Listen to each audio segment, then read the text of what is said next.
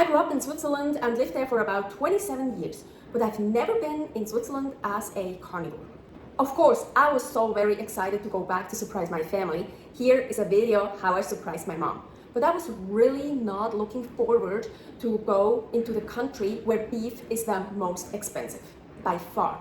Look at this chart. Look at number 1, Switzerland, and then number 2, South Korea. The difference, that's huge. That's crazy. That's criminal. That should be illegal. My best friend kept telling me about that slaughterhouse in the back of a butcher in Lees, and there the meat apparently is the cheapest. How perfect. We were actually staying in Lees. We were doing trusted house sitters there, taking care of 2 super cute cats and an apartment. The prices were incredible for Switzerland, so we went there twice. The first time we got there, we just got stuff for a little bit over 63 francs. So here is the ground beef, and super lean, and I already ate quite a lot from it, so there was more. So hungry. And this is the goat. Yeah, old goat. And here is cow, not beef, cow. So, and here this is the lamb. Oh, look how beautiful. Here I even got a thicker one. The second time we bought a lot more for almost 200 Swiss francs. So we went to the butcher again, and this time, no, not the butcher, the slaughterhouse. And this time we got much more. Again, nice ground meat, ground beef.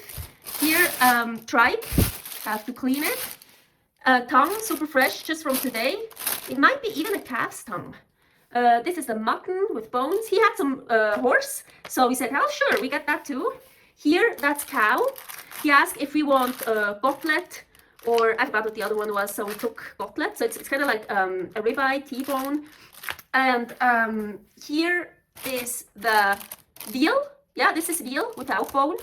10 francs per kilogram. You get that. You don't get that cheaper anywhere, I'm telling you. And here, that's our ribeye. Nice. Yeah, super cool. And really, in Switzerland, I don't think you can get meat cheaper than there. Super cool. Of course, it wasn't the best, highest quality meat, but I think it's super cool. They also do emergency slaughtering, and they also sell cow, not just beef. So, meaning cows that weren't raised for meat. So yeah, the meat was quite tough, but I made lots of stews out of it, and they were just so delicious. Especially the goat and the lamb. Yes, they also had that. Those were awesome, those stews. Oh, and the horse meat was absolutely delicious, to die for. That must have been really good quality. I ate it mostly raw, so super delicious. That's how horse meat should be eaten anyways. Carpaccio or tartare. It's so mild, and horse meat is very lean, and it will dry out when you cook it. And it will develop kind of a sweet taste, almost a little bit like liver, that I'm really not a fan of. I don't really like that taste, so it's so much better raw. But it only develops that weird sweet taste when you cook it. So yes, I did cook a little bit of the horse to give it a little bit of a change, because I bought quite a big piece. But then usually I sliced it very thinly and ate it raw, carpaccio or the tartare. But then when I wanted to cook it, I sliced it much thicker, and I put it in a very hot frying pan and just basically just very quickly, so the outside was a bit seared and the inside was still completely raw, and that was also very delicious, but still so much better raw. I also liked using a little bit of pork jowl fat to sear the horse in it, because horse is so lean.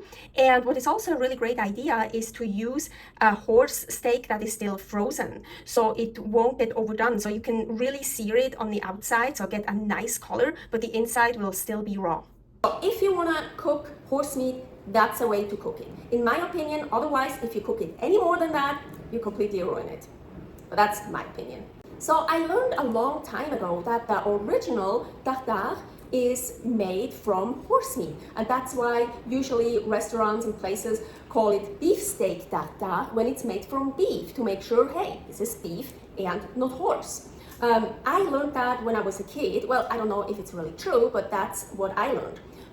So, but only recently I read this story that the Tartars put horse meat under their saddle and rode it all day long to make it soft, and then in the evening they ate it raw. But apparently that's a lie. That's not true.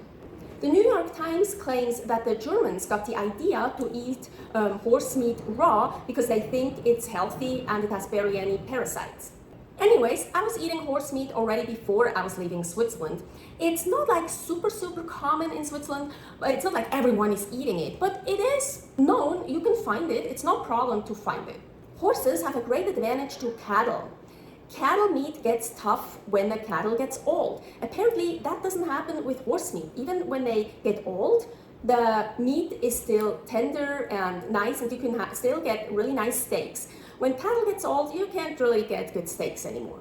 The beef tripe I got wasn't washed. Of course, it was from the slaughterhouse, not from a nice butcher. So I washed it and it smelled. I washed it and cooked it for a long time until I could peel off that black layer. But then when I cooked it, it was really a strong flavor, but it was really good. I loved it. I loved it the best fried in some tallow, in some fat, and then tripe chips. Ooh, that was delicious.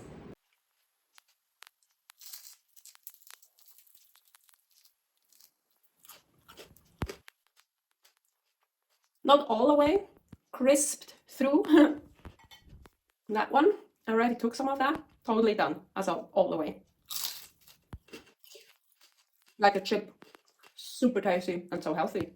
The tongue was great too. I don't know if it was beef tongue or calf tongue, veal tongue, I don't know. But anyways, it was delicious. My favorite with tongue is, well, to cook it, peel off the skin, slice it, and then fry the tongue slices in a frying pan. That's so delicious. I actually just made a recipe video out of that here in the Philippines, where I am now. So it will be here on my other channel, Creative Carnivore Kitchen. Sometime in the future, it will get aired there. Tongue. We went to Aldi to go shopping, and there was a lot on reduced price. But 10%? Only 10%?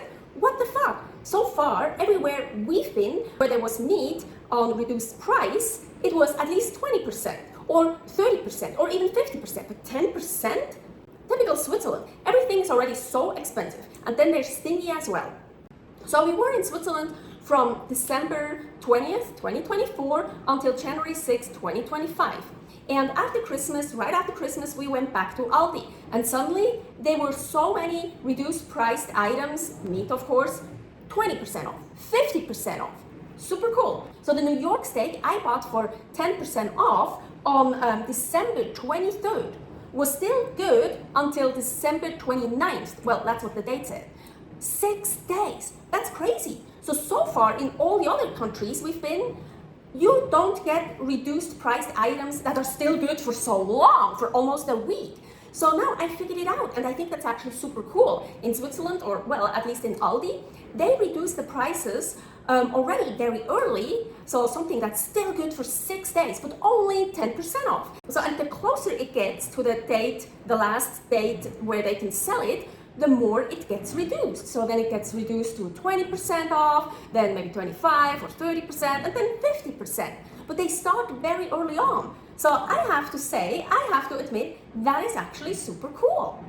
Don't forget to subscribe here. This was part 1 about being a carnivore in Switzerland. Part 2 will follow very soon.